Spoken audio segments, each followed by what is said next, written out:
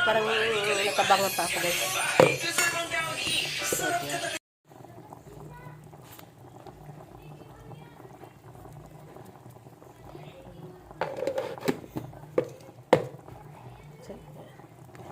Depende ito sa pandasan nyo, ha. So, guys, ayan na.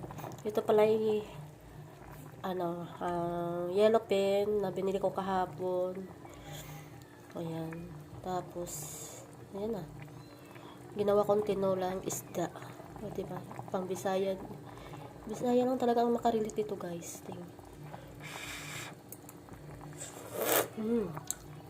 Lami na, guys. Sige, guys. Bye. Tanggalin natin sa sasakyan. Diba? Mamay kakain na kami.